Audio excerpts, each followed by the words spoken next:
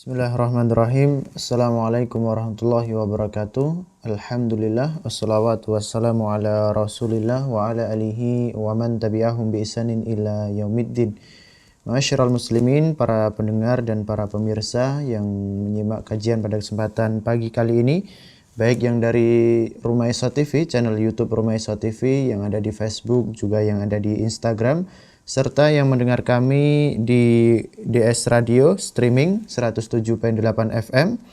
Kita bersyukur kepada Allah Subhanahu wa taala pada kesempatan pagi yang penuh berkah ini kita masih diizinkan oleh Allah Subhanahu wa taala untuk belajar tentang agama kita, yaitu pada kesempatan pagi kali ini kita akan melanjutkan kajian kita terkait dengan konsultasi zakat, konsultasi muamalat, di mana tema yang diambil pada kesempatan pagi kali ini kita akan membahas bersama guru kita, yaitu Ustadz Muhammad Abduh Twasikal, dengan judul korupsi. Kita akan bahas tuntas tentang korupsi, di mana pembahasan ini diambil dari kitab Harta Haram Muamalat Kontemporer karya Dr. Irwandi Tarmizi. Dan seperti biasa, bagi para pemirsa dan para pendengar yang ingin bertanya langsung kepada Ustadz Muhammad Abduh Twasikal, bisa bertanya menghubungi nomor 0812-281-85131. Sekali lagi, bagi para pendengar di akhir sesi nanti dan para pemirsa yang ingin bertanya langsung terkait dengan konsultasi muamalat atau tema yang lain, hal-hal yang lain, bisa menghubungi 0812-281-85131 seperti yang sudah tertera di YouTube. Ada nomor yang sudah tertera di situ. Bisa menghubungi nomor tersebut. Dan tidak usah lama lagi, mari kita dengarkan kajian pada kesempatan pagi hari ini yang akan disampaikan oleh Ustadz Muhammad Abduh Twasikal, konsultasi muamalat dengan tema korupsi. Untuk itu, bagi para pendengar dan pemirsa, kami ucapkan selamat menyimak kajian pada kesempatan pagi kali ini, dan kepada Ustadz kami persilahkan. Bismillahirrahmanirrahim. Assalamualaikum warahmatullahi wabarakatuh. Alhamdulillah, salatu wassalamu ala Rasulillah wa ala alihi wa man tabi'ahum bi ihsan ila yaumiddin. Allahumma inna nas'aluka ilman nafi'a wa rizqan thayyiba wa amalan mutaqabbala. Puji syukur kita panjatkan pada Allah, selawat dan salam semoga tercurah pada Nabi besar kita Muhammad sallallahu alaihi wasallam. Pagi ini alhamdulillah kita diberi nikmat kembali untuk berada dalam majelis ilmu, di mana kita akan mengkaji Harta Haram Muamalat Kontemporer dari buku Ustadz Irwandi. Nanti beberapa poin kita akan bahas. Yang pertama, makna korupsi. Terus yang kedua, tentang hukum korupsi menurut Islam. Lalu kalau ada waktu kita bahas bentuk-bentuk korupsi. Dan nanti di akhir, setelah pembahasan ini, monggo di antara para pemirsa sekalian yang ingin bertanya, ada di layar Anda di YouTube maupun Facebook dan Instagram. Di layar tersebut sudah tertulis untuk kolom konsultasi. Bisa interaktif langsung di nomor telepon 0812 281 85131. 0812-281-85131. Baik, kita lihat di cetakan ke-22 buku Harta Haram Muamalat Kontemporer halaman 198. Monggo. Korupsi. Di antara praktik haram dalam muamalat yang menzalimi orang banyak adalah korupsi. Dalam Kamus Besar Bahasa Indonesia disebutkan bahwa korupsi adalah penyelewengan atau penggelapan uang negara atau perusahaan dan sebagainya untuk keuntungan pribadi atau orang lain.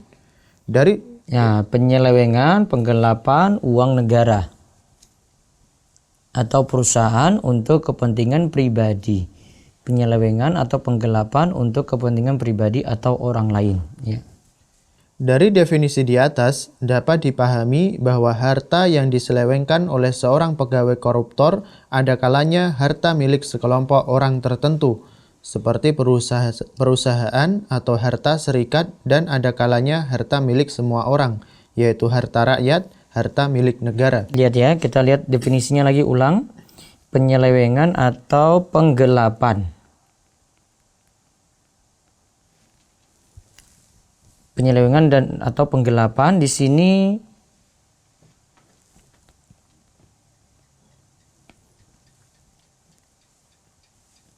terhadap uang negara atau perusahaan.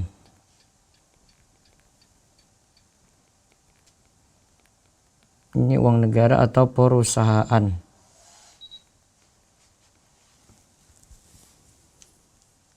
Untuk keuntungan pribadi atau orang lain. Ya, ingat ya, keuntungannya untuk pribadi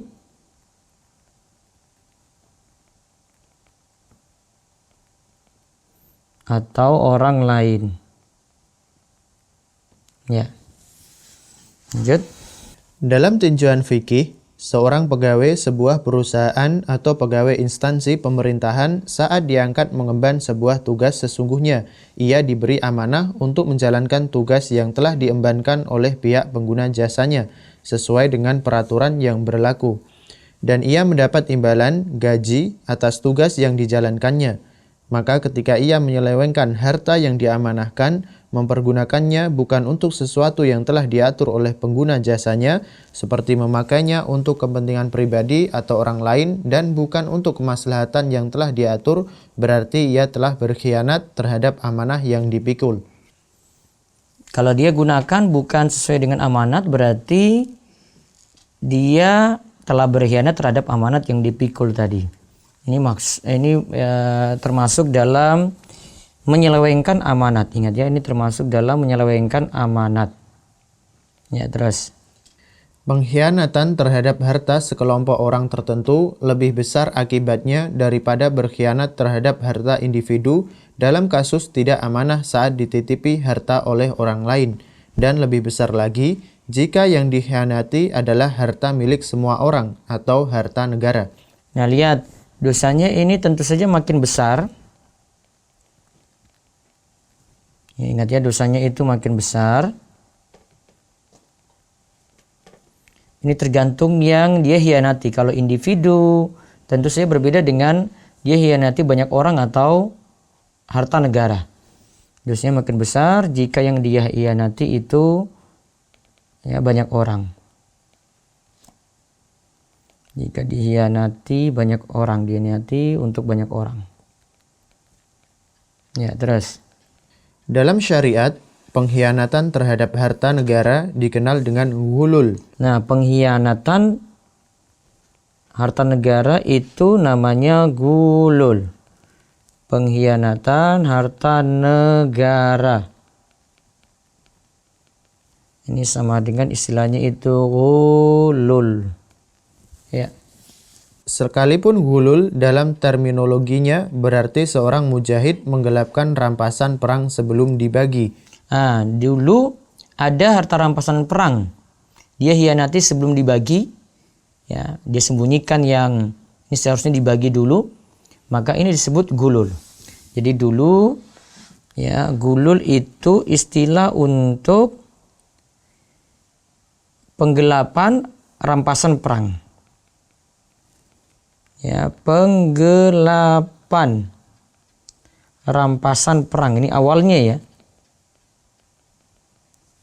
Nah, terus dalam buku Raudhatun Naim disebutkan bahwa di antara hal yang termasuk ghulul adalah menggelapkan harta rakyat umat Islam atau harta negara berdasarkan hadis yang diriwayatkan dari Al-Mustawrid bin Musyaddad. Nabi Shallallahu Alaihi Wasallam bersabda, barang siapa yang kami angkat sebagai aparatur negara, hendaklah dia menikah dengan biaya tanggungan negara. Jika tidak mempunyai pembantu rumah tangga, hendaklah dia mengambil pembantu dengan biaya tanggungan negara. Jika tidak memiliki rumah, hendaklah dia membeli rumah dengan biaya tanggungan negara. Nah, barang siapa yang kami angkat sebagai aparatur negara, hendaklah dia menikah dengan biaya tanggungan negara. Jika tidak mempunyai pembantu rumah tangga, hendaklah dia mengambil pembantu dengan biaya tanggungan negara. Jika tidak memiliki rumah, maka hendaklah dia membeli rumah dengan biaya tanggungan negara pula. Terus. Abu Bakar radhiyallahu anhu berkata, aku diberitahu bahwa Nabi Shallallahu Alaihi Wasallam bersabda, barang siapa aparat yang mengambil harta negara selain untuk hal yang telah dijelaskan, sungguh ia telah berbuat ghulul atau dia telah mencuri. Nah, berarti dari hadis ini kita bisa simpulkan seperti kata di dalam Raudhatun Naim, ya, disebutkan dalam Raudhatun Naim, gulul ini menggelapkan harta rakyat umat Islam. Ya. Kita ulang. Gulul itu menggelapkan harta rakyat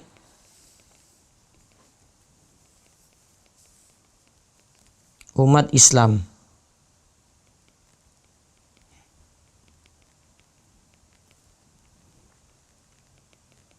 Atau harta negara. Ya, baik. Ibnu Hajar Al-Haytami. Ibnu Hajar Al-Haytami wafat pada tahun 974 Hijriah berkata, sebagian para ulama berpendapat bahwa menggelapkan harta milik umat Islam yang berasal dari Baitul Mal, kas negara, dan zakat termasuk ghulul. Nah, bisa bentuknya ini mengkhianati dalam harta kas negara. Ya, bentuk khianatnya itu bisa harta kas negara. Bisa harta kas negara. Bisa juga pada zakat. Ya, pada zakat. Ya, terus Istilah ghulul untuk korupsi harta negara juga disetujui oleh Komite Fatwa Kerajaan Arab Saudi dalam fatwa nomor 9450 yang berbunyi ghulul yaitu mengambil sesuatu dari harta rampasan perang sebelum dibagi oleh pimpinan perang, dan termasuk juga ghulul harta yang diambil dari Baitul Mal, uang negara, dengan cara berkhianat atau korupsi. Nah, itu korupsi kalau istilah dari fatwa kerajaan Saudi Arabia, yaitu fatwa Al-Lajnah Ad-Daimah, juga diistilahkan korupsi ini dengan gulul. Lalu, ini juga hasil tarjih Dr. Hanan Malikah dalam pembahasan takyif fikih tentang korupsi. Tentang takyif fikih tentang korupsi. Lalu, hukum korupsi menurut Islam. Nah, sekarang hukum korupsi menurut Islam. Jadi istilahnya tadi kita sepakati dulu, istilahnya itu ghulul. Penggelapan rampasan perang itu diistilahkan dengan ghulul. Ya, lalu hukum korupsi menurut Islam. Korupsi adalah tindakan pengkhianatan terhadap amanah yang dipercayakan kepada seorang pegawai dan termasuk ghulul. Perbuatan ini jelas merugikan dan menzalimi halayak ramai sehingga Al-Haytami mengkategorikan korupsi ke dalam dosa besar. Al-Haytami dalam Az-Zawajir an Iktirafil Kabair itu menggolongkan korupsi ini dosa besar. Jadi kita simpulkan lagi, korupsi itu dosa besar.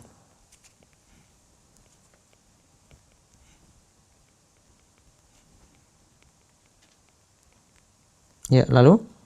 Sesungguhnya Allah telah melarang orang-orang beriman berkhianat terhadap amanah yang dipikulkan dan menyamakan antara khianat terhadap amanah dengan khianat terhadap Allah dan Rasul-Nya. Nah, di sini disamakan antara khianat terhadap amanat dengan khianat Allah terhadap Allah dan Rasul-Nya. Al-Anfal ayat 27, ya ayyuhalladzina amanu la takhunullaha war rasul wa takhunu amanatikum wa antum ta'lamun. Hai orang-orang yang beriman, janganlah kamu mengkhianati Allah dan Rasul Muhammad, dan juga janganlah kamu mengkhianati amanat-amanat yang dipercayakan kepadamu, sedang kamu mengetahui. Al-Anfal ayat 27. Terus Ar-Razi menafsirkan ayat ini. Ar-Razi menafsirkan ayat ini. Allah memerintahkan orang-orang beriman agar tidak mengkhianati, menggelapkan harta rampasan perang atau harta umat. Dan penggelapan harta rampasan perang sama dengan berkhianat terhadap Allah, karena perbuatan tersebut pengkhianatan terhadap pemberian Allah. Juga sama dengan berkhianat terhadap Rasulullah, karena beliau yang dipercayakan untuk membagi harta tersebut. Harta tersebut merupakan amanah di tangan para mujahidin, dan mereka dilarang menggelapkannya sekecil apapun untuk kepentingan pribadi. Dan karena harta itu adalah amanah, maka statusnya adalah barang titipan yang harus dikembalikan kepada pemiliknya, yaitu seluruh umat. Ya, jadi itu barang amanat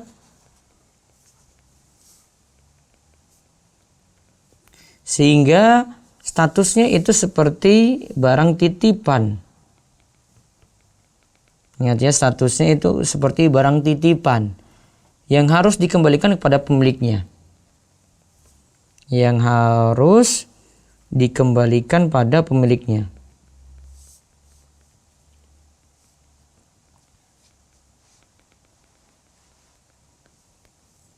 Miliknya siapa di sini? Seluruh umat.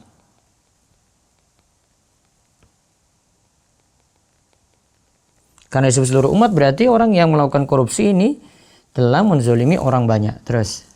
Siapa saja yang mengkhianatinya berarti dia telah mengkhianati seluruh umat. Siapa saja yang mengkhianatinya berarti dia telah mengkhianati seluruh umat. Lantas. Dan karena perbuatan ghulul, korupsi merupakan perbuatan tercela, maka Allah menafikannya dari Nabi Shallallahu Alaihi Wasallam dan mengancam orang yang melakukannya dengan ancaman dipermalukan di akhirat nanti di hadapan seluruh manusia. Dia akan dipermalukan, hukumannya di akhirat ya. Hukuman di akhirat itu akan dipermalukan.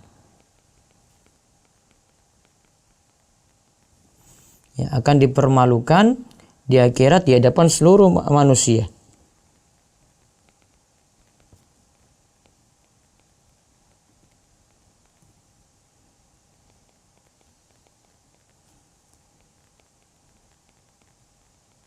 Terus. Ia akan memikul apa saja yang dikorupsinya. Ia pantas dipermalukan di hadapan seluruh manusia di akhirat karena telah berkhianat terhadap seluruh umat di atas dunia. Nah, ia pantas dipermalukan di hadapan seluruh manusia di akhirat karena telah berkhianat terhadap seluruh umat. Karena yang dia zolimi itu banyak orang, maka dia dipermalukan juga di hadapan banyak orang. Allah berfirman, wa makana linabiyyin ayyaghulla wa may yaghlul ya'ti bima ghalla yaumal qiyamah summa tuwaffa kullu nafsin ma kasabat wa hum la yuzlamun. Tidak mungkin seorang nabi berkhianat dalam urusan harta rampasan perang. Nah, berkhianat yang tadi kita sebut dengan gulul. Terus, barang siapa yang berkhianat dalam urusan rampasan perang itu, maka pada hari kiamat ia akan datang membawa apa yang dikhianatkannya itu. Kemudian tiap-tiap diri akan diberi pembalasan tentang apa yang ia kerjakan dengan pembalasan setimpal, sedang mereka tidak dianiaya. Al-Imran ayat 161. Nah, terus begitu besarnya azab? Begitu besarnya azab yang akan diterima oleh orang yang menggelapkan harta umat, maka Nabi Shallallahu Alaihi Wasallam telah memperingatkan sahabatnya bahwa beliau tidak akan dapat memberikan syafaat atau pertolongan kepada pelakunya sekalipun dia adalah sahabat Nabi Shallallahu Alaihi Wasallam. Nah, begitu besarnya azab yang akan diterima orang yang menggelapkan harta umat, ya. Di antara siksanya itu,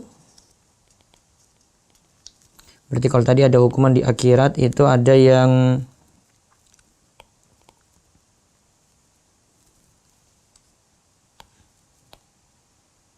ya, bentuk pertama itu akan dipermalukan.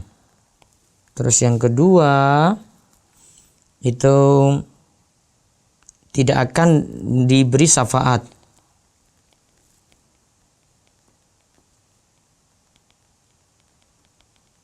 Ya, tidak akan diberi syafaat.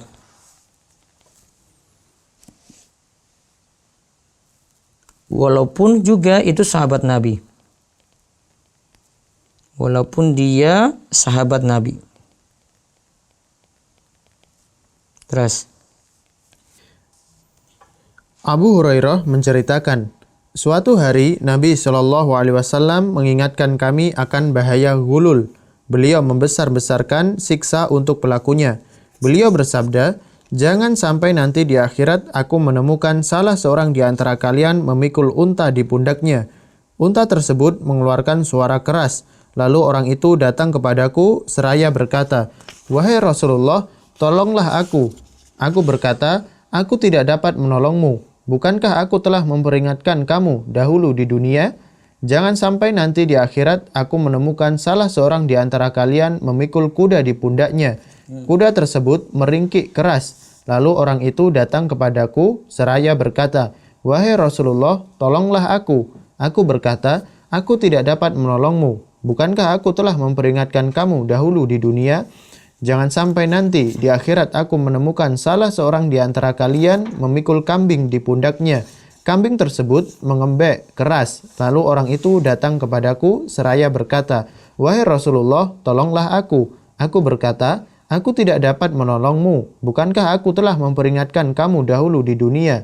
Jangan sampai nanti di akhirat aku menemukan salah seorang di antara kalian memikul kain di pundaknya. Kain tersebut melambai-lambai. Lalu orang itu datang kepadaku seraya berkata, "Wahai Rasulullah, tolonglah aku." Aku berkata, "Aku tidak dapat menolongmu. Bukankah aku telah memperingatkan kamu dahulu di dunia? Jangan sampai nanti di akhirat aku menemukan salah seorang di antara kalian memikul emas dan perak." Lalu orang itu datang kepadaku seraya berkata, "Wahai Rasulullah, tolonglah aku." Aku berkata, "Aku tidak dapat menolongmu. Bukankah aku telah memperingatkan kamu dahulu di dunia?" Hadis riwayat Bukhari dan Muslim.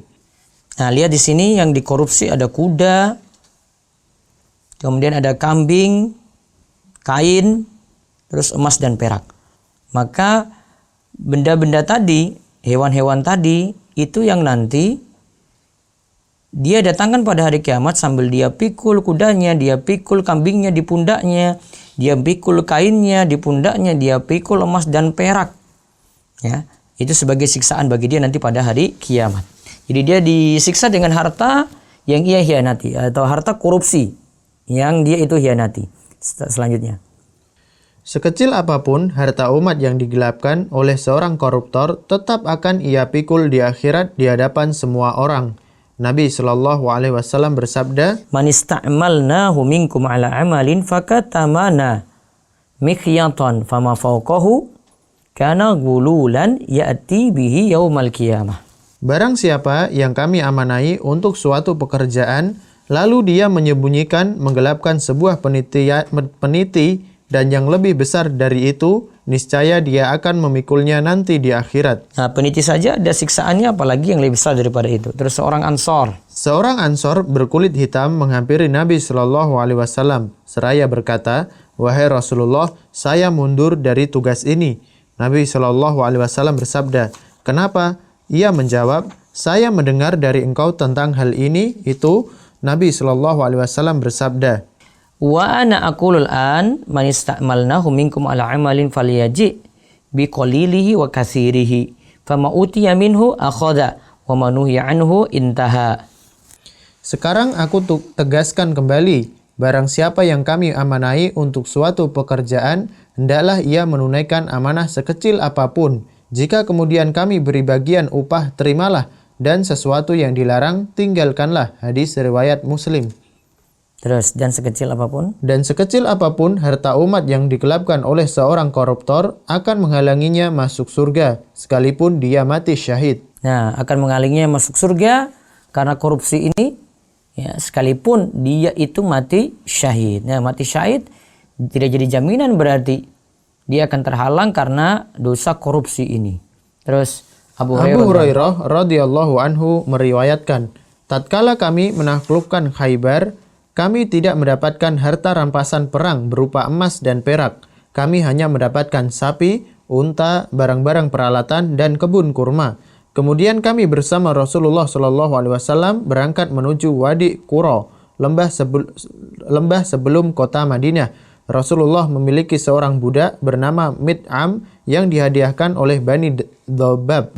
Ya. Setibanya di lembah, budak tersebut menambatkan unta Nabi Shallallahu Alaihi Wasallam. Sekonyong-konyong sebuah anak panah melesat menuju Mid'am. Ia pun mati terkena anak panah. Para sahabat berkata, "Selamat, ia mati sebagai syahid." Nabi Shallallahu Alaihi Wasallam bersabda, "Demi yang jiwaku di tangannya, sesungguhnya jubah yang dia sembunyikan dari rampasan perang Khaybar sebelum dibagi telah menjelma menjadi nyala api yang sedang membakarnya." Nah, tadi dia orang-orang nilai mati syahid. Namun karena ada jubah yang dia sembunyikan dari rampasan perang, nah itu yang menghalanginya ya untuk masuk surga. Terus, seorang laki-laki lain yang mendengar sabda Nabi Shallallahu Alaihi Wasallam tadi datang membawa tali terompah hasil rampasan perang yang disembunyikannya. Nah, dia sembunyikan lihat tali terompah saja, cuma tali sendal saja. Ia berkata, "Wahai Rasulullah, ini harta yang aku gelapkan." Nabi Shallallahu Alaihi Wasallam bersabda, Tali terompah, Syirakun au syirakani min narin. tali terompah atau dua tali terompah berasal dari neraka. Muttafaqun alaih. Akibat dosa gulul tidak saja menimpa pelakunya, juga akan berdampak terhadap kehancuran umat secara keseluruhan.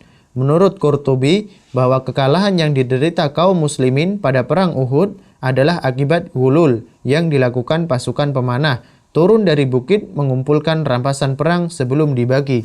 Ya, terus bentuk-bentuk korupsi sekarang. Bentuk-bentuk korupsi.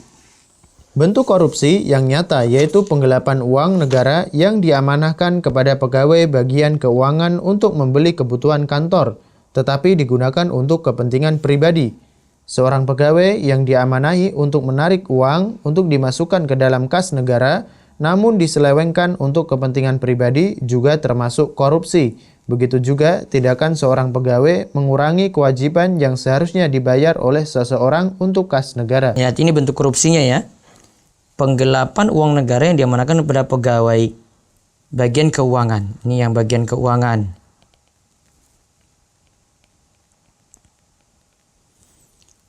Seharusnya untuk membeli kebutuhan kantor, tapi dia gunakan untuk kepentingan pribadi.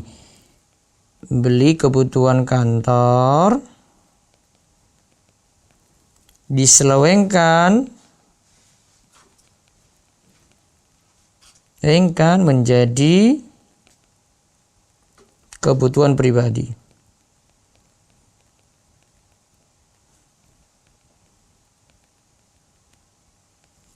Terus 2. Seorang pegawai Seorang pegawai diamanai untuk menarik uang untuk dimasukkan ke dalam kas negara, sama juga tadi dia korupsi itu.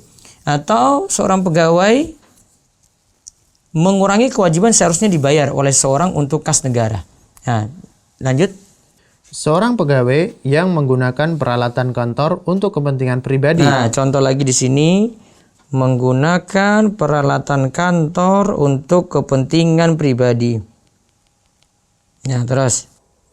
Seperti menggunakan mobil dinas, lanjut. mesin fotokopi untuk kepentingan pribadinya, lanjut. Telepon dan fasilitas lainnya untuk kepentingan pribadi juga termasuk korupsi. Nah, telepon dia pakai untuk kepentingan pribadi dan fasilitas lainnya. Lanjut. Karena jika seorang pegawai memakai peralatan tersebut di luar kantor, pasti dia akan ditarik bayaran. Maka sebanyak bayaran tersebut itulah dia telah menggelapkan uang negara. Nah, dia gelapkan karena seharusnya kalau dia pakai ini di luar kantor, dia dituntut untuk bayar. Namun ketika itu dia pakai cuma-cuma saja. Terus Syekh Ibnu Utsaimin. Syekh Ibnu Utsaimin rahimahullah pernah ditanya tentang hal ini. Beliau menjawab, menggunakan mobil dinas dan peralatan kantor lainnya seperti mesin fotokopi dan printer untuk kepentingan pribadi tidak dibolehkan karena seluruh peralatan tersebut diperuntukkan negara bagi kepentingan umum. Jika seorang aparatur negara menggunakannya untuk kepentingan pribadi, maka perbuatan ini merupakan tindak kejahatan terhadap orang banyak. Sesuatu yang diperuntukkan bagi kepentingan orang banyak tidak boleh digunakan untuk kepentingan pribadi. Nah, ya, sesuatu yang diperuntukkan untuk kepentingan orang banyak tidak boleh digunakan untuk kepentingan pribadi. Lanjut. Perbuatan ini juga termasuk ghulul dan Nabi telah mengharamkan ghulul. Lantas, seorang pegawai yang bekerja tidak tepat waktu, datang dan pergi tidak sesuai dengan jam kantor, atau bekerja tidak dengan sungguh-sungguh juga telah melakukan tindak korupsi karena seorang pegawai digaji oleh negara berdasarkan jam kerja penuh. Jika dia bekerja tidak sesuai dengan jam kerjanya yang telah ditentukan, berarti gaji untuk jam kerja yang tidak dipenuhi termasuk mengambil uang negara tanpa imbalan kerja. Ini nyata sebagai tindakan korupsi. Nah, lihat ya, bentuknya tadi tidak tepat waktu. Harusnya masuk kantor jam 8, dia keluyuran masuk kantor jam 9. Atau dia gunakan jam kantor tadi untuk kepentingan yang lainnya. Jam kantor dia gunakan untuk keluar, ngaji, walaupun itu agama yang dia pelajari ya. Begitu juga untuk ya belanja misalnya. Dia jalan-jalan ke mall malah, nah itu nggak boleh. Terus tim fatwa islamweb.net. Tim fatwa islamweb.net pernah ditanya tentang hal ini dan memberikan jawaban sebagai berikut. Seorang pegawai apabila telah membuat kontrak kerja dengan suatu pihak, maka hendaklah ia bekerja pada waktu yang telah ditentukan, hadir dan keluar kantor tepat waktu, tidak boleh melanggarnya, karena Allah telah mewajibkan orang beriman untuk memenuhi kontrak kerja. Allah berfirman, Ya ayyuhalladzina amanu aufu bil uqud. hai orang-orang yang beriman, penuhilah akad-akad itu. Al-Maidah ayat 1. Nah, terus dan Nabi SAW juga bersabda, wal muslimuna ala syurutihim. Orang-orang Islam itu memenuhi perjanjian, persyaratan yang telah mereka buat. Nah, terus Selain perbuatan ini merupakan korupsi, gaji penuh yang diterima setiap bulannya juga menjadi tidak halal dan termasuk wulul yang hukumnya adalah haram. Hendaklah pegawai semacam ini bertaubat secepatnya. Hendaklah ia menyesali perbuatannya dan berniat untuk tidak akan mengulanginya kembali. Dan untuk kesempurnaan taubatnya, hendaklah dia memperkirakan berapa jam dia bolos atau tidak bekerja dengan sungguh-sungguh. Misalnya, perbandingan bolosnya sebanyak 1/5 dari keseluruhan jam kerja per bulan. Maka dia wajib mengeluarkan 1/5 dari gaji bulan tersebut disalurkan untuk kemaslahatan umum ataupun untuk para fakir dan miskin. Nah, lihat, untuk kemaslahatan umum atau fakir miskin, 1/5 dari waktu kerjanya tadi dia bolos, maka 1/5 ini dia keluarkan gajinya tadi. Ya, karena dia telah korupsi dalam hal ini. Wallahu a'lam bishawab. Ada waktu 15 menit kita untuk tanya jawab. Dengan ibu siapa di mana? Di mana? Di Karangtengah. Iya, baik. Silakan. Saya kerja sebagai analisis kan di laboratorium. Iya. Dan hasil analisa saya itu terkadang ada yang minus misalnya hasilnya. Kemudian data itu kan masuk ke verifikator. Nah, dari verifikator itu nanti keluar tuh udah nggak minus lagi. Kemudian hasil verifikasi itu tadi kan saya cetak dan saya kasihkan ke konsumen. Padahal saya tuh merasa data itu harusnya kenapa minus bisa berubah gitu kan. Apakah saya tuh termasuk ikut dalam mengubah data walaupun itu bukan saya yang mengubah ya. Karena itu tugasnya verifikator untuk memverifikasi data tersebut. Tapi saya disuruh mencetak gitu loh.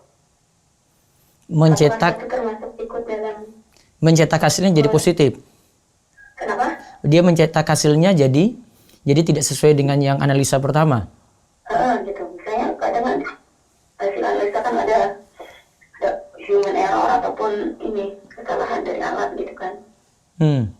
Hasilnya tuh kadang nggak sesuai gitu. Misalnya harusnya data 10 data. Di data ke-5 atau ke-6 tuh dia melenceng gitu. Nah dari verifikator nanti keluar tuh nggak sesuai dengan yang saya analisa, misalnya saya minus ataupun misalnya angkanya gede sendiri, yang lainnya kecil. Misalnya di rank 1 sampai 3 yang data ke-5 ke-6 tuh dia bisa 20. Nanti di verifikator keluar tuh nggak 20 gitu. Nah kemudian hasil itu kan saya cetak, saya yang disuruh nyetak karena nggak ada pegawai lainnya, karena harusnya ke saya yang nyetak lagi. Apakah saya itu ikut termasuk kesalahan saya juga ikut mengiyakan apa yang di verifikator walaupun itu tidak sesuai dengan saya yang saya analisa gitu.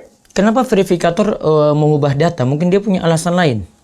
Iya, karena dia kan memadukan dengan teori dan ilmiah. Dia punya tanah jenis ini, misalnya sampel ini tuh nggak tarungkannya nggak keluar segede ini gitu. Kayak punya indikasi sendiri dia, kayak karena mungkin Qadarullah mungkin dia punya ilmunya tanah angsa ini bagusnya angkanya segini. Nggak mungkin dia banyak jauh ini gitu. Berarti kalau memang itu penilaian dia, berarti dia harus siap tanggung jawab seperti itu. Dan ibu disuruh print punyanya dia, berarti karena memang hasil dari dia itu bukan dari ibu. Ya, jadi bukan dari saya, karena iya, jadi hanya analisa saya segini gitu. Saya yakinnya saya segini gitu. Kenapa kok keluarnya tuh kayak gini gitu. Kalau saya disuruh mencetak hasilnya yang sampai ke konsumen itu hasilnya nggak seperti yang saya analisa gitu. Apakah itu saya termasuk ikut juga terhadap menanggung dosanya atau gimana ya? tidak. Ibu tidak nanggung karena ibu sudah kerja sesuai dengan prosedur dan dia juga barangkali punya penilaian lain. Iya, dia punya penilaian. Iya, penilaian lain yang ibu Yang ibu juga mungkin belum tahu begitu. Karena kita kan 15 suzon juga. Iya, jadi anggap saja itu memang pilihan dia begitu. Dan ibu mau mbak bantu, iya nggak masalah. Memang resiko saya harus ikut mencetak itu. Iya. Karena tidak ada yang lainnya. Iya, Dan saya tuh berencana untuk resign setelah menikah, Iya. insya Allah. iya. Udah itu aja, Ustaz. Ji, Jazakallah, Ustaz. ya. Assalamualaikum. Waalaikumsalam warahmatullahi wabarakatuh. Bisa dibaca lagi di WA barangkali. Sambil ada yang mau telepon, monggo di 0812 281 85131. Ya, silakan. Ada lagi sebentar. Oh. Monggo. Assalamualaikum. Halo, Waalaikumsalam Ustaz. Dengan siapa di mana? Dengan hamba Allah Ustaz di Jakarta. Ya, silakan, Pak. Iya Ustaz, mau tanya tentang korupsi jam kerja tadi Ustaz. Iya. Nah, kalau kita udah tidak ada pekerjaan, terus kita mau sholat duha Ustaz, itu boleh nggak Ustaz? Ini bekerja di mana? Perusahaan atau pegawai negeri sipil? Halo? Ini PNS apa pegawai negeri ini PNS atau pekerja Iya, perusahaan? PNS, Ustaz. Secara aturan PNS bagaimana? Kalau secara aturan kerja PNS harus tetap di tempat kerja, maka tidak boleh keluar dari situ. Namun kalau ini di perusahaan, tinggal minta izin sama pemilik perusahaan. Oh, seperti itu Ustaz. Iya. Jadi ngatur strategi saja, sholat duhanya dibuat sebelum masuk jam kerja. Iya Ustaz. Ya, jangan pas jam Terus, kerja. Ustaz, kalau misalnya kita udah tidak ada pekerjaan, itu kita harus apa Ustaz? Karena belum ada pekerjaan, biar waktu jam kerja kita tidak, maksudnya tidak korupsi gitu, kita bisa apa gitu? Ya mungkin isi waktu dengan yang manfaat saja, baca Al-Quran. Takutnya sholat duhanya dilakukan di mana? Di musola, di masjid, di PNS itu, di ruangan itu juga Ustaz, ada kayak tempat sholat gitu, nggak pergi jauh masjid gitu. Di dalam kantor. Iya, di dalam kantor juga disediakan ruangan buat sholat. Nah, kalau bos izinkan nggak masalah. Namun kalau ada pekerjaan harus terpati lagi pekerjaannya. Oke. Baik. Iya, oke, siap. Ji. Terima kasih Pak Ustaz. Ya. Jazakallah khair. Assalamualaikum.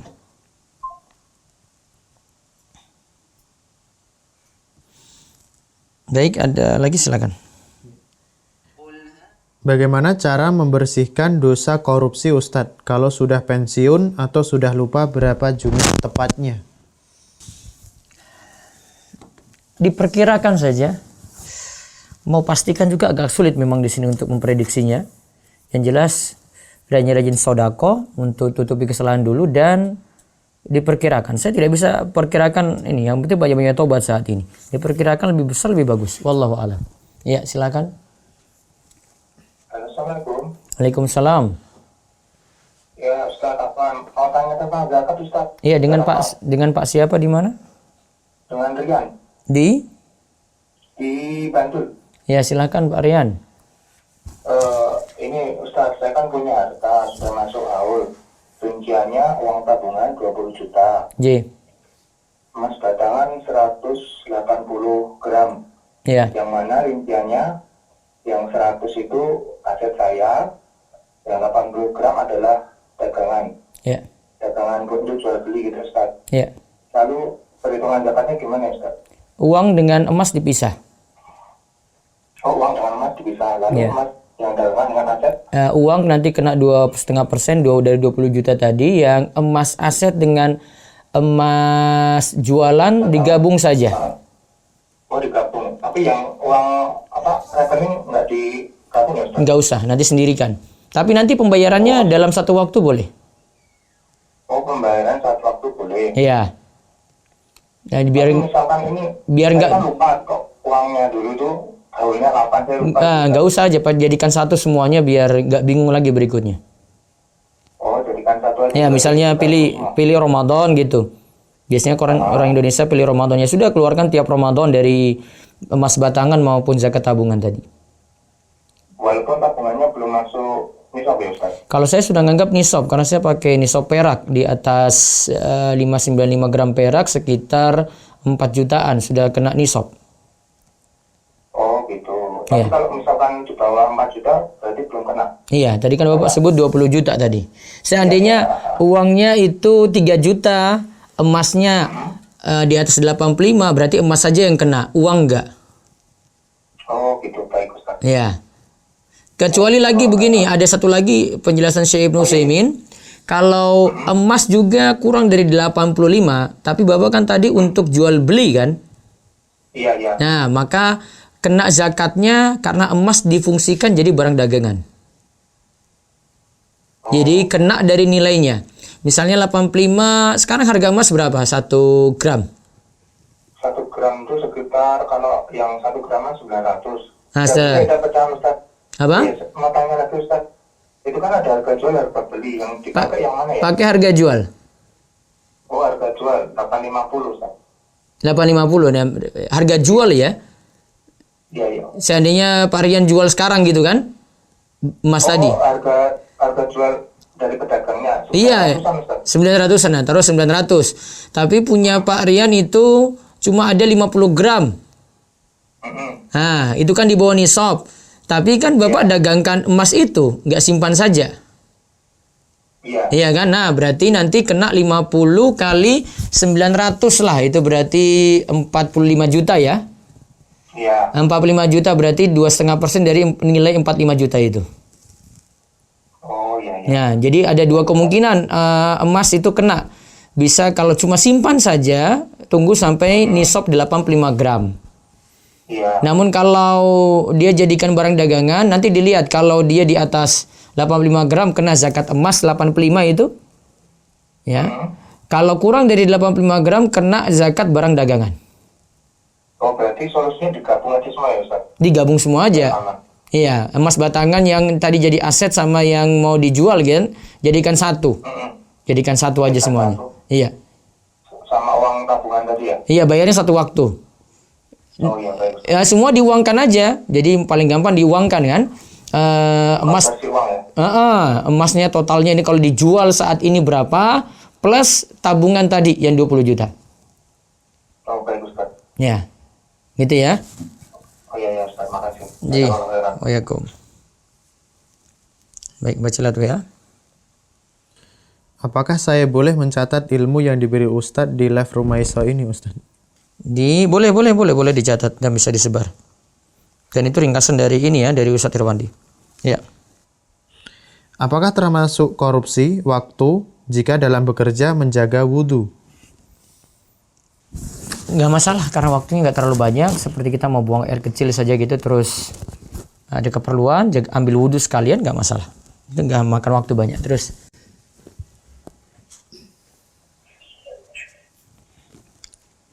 Halo, Assalamualaikum. Assalamualaikum. Halo.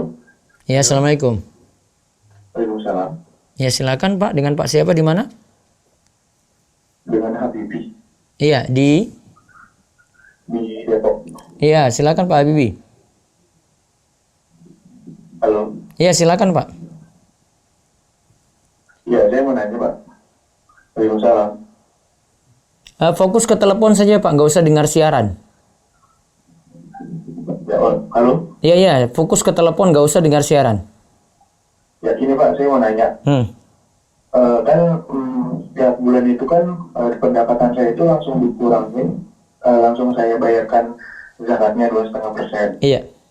Nah, setelah itu misalnya ada sisa setelah saya keluarin zakatnya 2,5%, saya langsung masukin ke tabungan. Iya. Nah, apakah setiap tabungan itu misalnya terkumpul dalam setahun 50 juta misalnya? Terus apakah 50 juta ini harus saya keluarkan juga di akhir tahun? Baik, nah, maka sikap yang bagus yang tadi 2,5% tiap bulan itu tidak dihitung zakat saja Pak, jadi infak atau sedekah. Kemudian zakatnya nanti Bapak hitung total dari simpanan Bapak.